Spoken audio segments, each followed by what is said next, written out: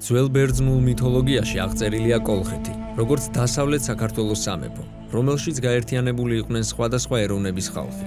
ძველი კოლხეთი მოიცავდა უზარმაზარ ტერიტორიას, როგორც დასავლეთ საქართველოს, ასევე დღევანდელი თურქეთის და რუსეთის ტერიტორიებს.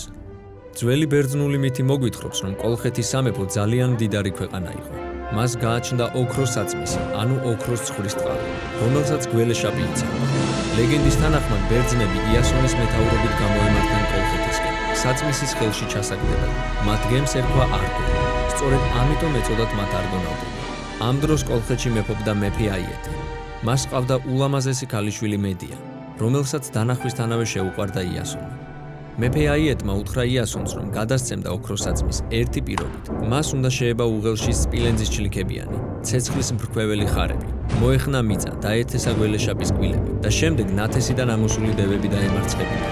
იასონმა ეს ყველაფერი მედიას დამზადებული ჯადოსნური მალამოს საშუალებით შეძლო, თუმცა აიეტმა მაინც არ შეასრულა დანაპირება, რის გამოც მედიამ და იასონმა მოიპარეს ოქროს საწმისი და ისინი ერთად გაეშურნენ საბერძნეთისკენ. ასე ჩაიგდეს მედიას დახმარებით ბერძნებმა ოქროს საწმისი ხელში.